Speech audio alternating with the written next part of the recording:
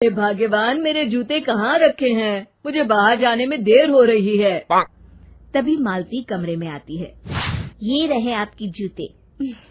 मैं इन्हें साफ करने के लिए ले गई थी। अरे वाह, तुम कितनी समझदार हो। मेरे बिना कुछ कहे ही सारे काम कर देती हो। तभी मालती झिझकते हुए रमेश से कहती है, सुनिए जी, आपसे एक बात कहूँ, बुरा तो नहीं मानेंगे ना?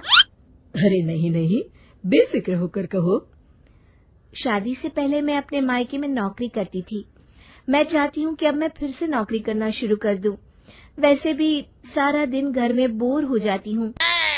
देखो मालती, तुम्हारे नौकरी करने से मुझे कोई ऐतराज नहीं है, लेकिन तुम्हें एक बात बता दूं, हमारे खानदान में आज तक कभी किसी औरत ने नौकरी नहीं की।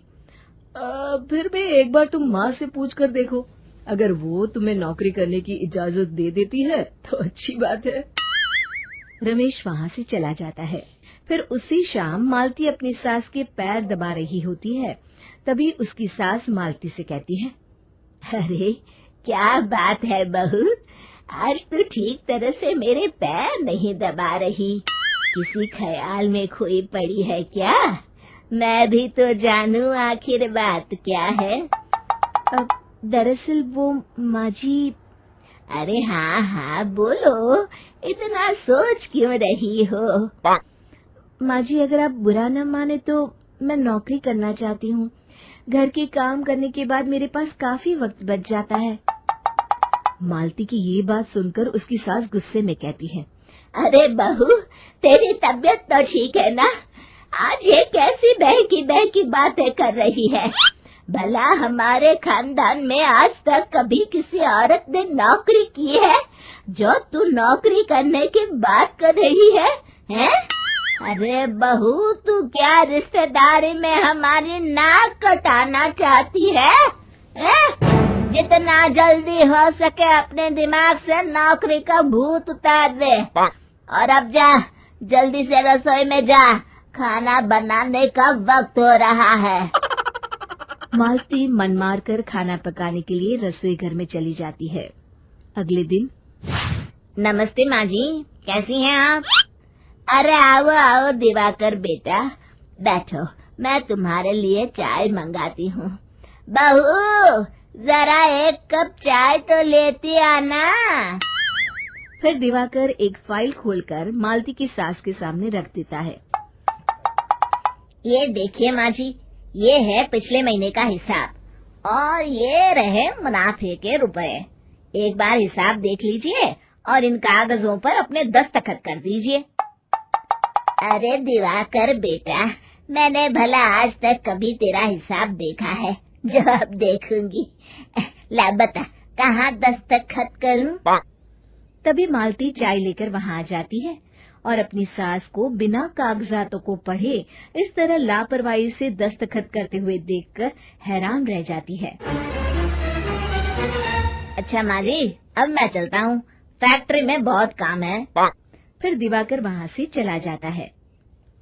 कुछ दिनों बाद मालती बाजार में कुछ सामान खरीद रही होती है। तभी एक बूढ़ा आदमी उसे आवाज देता है, अरे मालती बेटी, कैसी हो? मुझे पहचाना? मैं तुम्हारी कंपनी में मुनीम का काम करता हूँ। हाँ चाचा जी, मैं आपको बिल्कुल पहचानती हूँ। कहिए, कैसे हैं आप? मैं तो ठीक हूँ। कंपनी में कुछ भी ठीक नहीं चल रहा, यहाँ तक कि हमें ठीक वक्त पर तनख्वाह भी नहीं मिलती। ये आप क्या कह रहे हैं? अब क्या बताऊँ, आप लोग तो कभी हिसाब किताब देखने दफ्तर आते नहीं। मेरी मानो तो एक बार आप लोग दफ्तर आकर सारा हिसाब किताब देख लो, आपको असलियत पता चल जाएगी। अच्छा बेटी, अब मैं चलता हूँ, देर हो रही है। फिर वो बूढ़ा वहाँ से चला जाता है। वहीं दूसरी तरफ मालती घर पहुंचकर अपनी सास को सारी बात बताती है। तभी वहाँ रमेश भी आ जाता है, लेकिन मालती की सास मालती की किसी भी बात पर विश्वास नहीं करती। तभी रमेश कहता है, अरे माँ, बिना आग के कभी धुआं नहीं उठता। जब मालती इतना कह रही है तो हमें एक बार दफ्तर चलकर देख लेना चाहिए।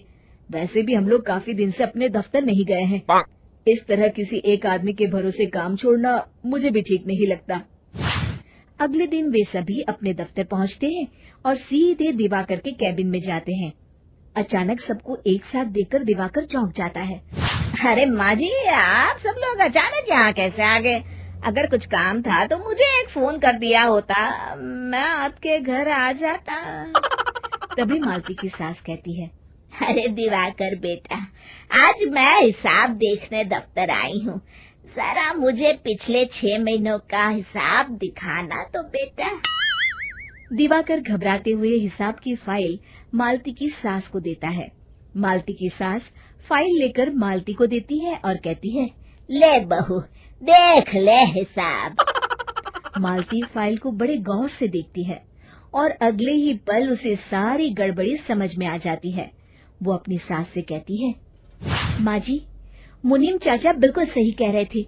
हमारी कंपनी में पिछले 6 महीनों में जितना मुनाफा हुआ है, हमें उसका आधा पैसा भी नहीं मिला। यूँ समझ लीजिए कि 1 रुपये में सिर्फ चवन्नी ही हमारे हाथों में आई है। मालती की बातें सुनकर मालती की सास गुस्से से दिवाकर को पूछती है, क्यों दिवाकर, मेरी बहू जो कह रही है वो सच है? दिवाकर समझ जाता है आज उसका भांडा फूट चुका है। वो गिड़गिड़ाते हुए कहता है, मुझे माफ कर दीजिए माँ जी, मैं पैसों के लालच में अंधा हो गया था। अरे वाह दिवाकर, तू तो एक नंबर का चोर निकला। इतने दिनों से मैं तुझ पर आंख बंद करके भरोसा करती रही और तू मुझे ही चुना लगाता रहा। अभी के अभी निकल यहाँ से और दोबारा अपनी शक्ल मत दिखाना। दिवाकर वहाँ से भाग जाता है। मालती की सास मालती को शाबाशी देते हुए कहती है, बहू, आज मैं समझ गई कि पढ़ाई लिखाई हमारी जिंदगी में कितनी जरूरी है। मैं बहुत किस्मत वाली हूँ जो मुझे तुझ जैसी बहू मिली है। शिक्षा, पढ़ाई लिखाई का इस्तेमाल सही जगह करके हम दुनिया में बहुत कुछ बदल सकते हैं। दोस्तों, हमें उम्मीद है कि आपको हमारी ये कहानी पसंद आई होगी। कृपया हमारे चैनल को सब्सक्राइब करें और सभी अपडेट्स के लिए बेल आइकन जरूर दबाएं। और हाँ, वीडियो लाइक और शेयर करना मत भूलिएगा। Bye bye.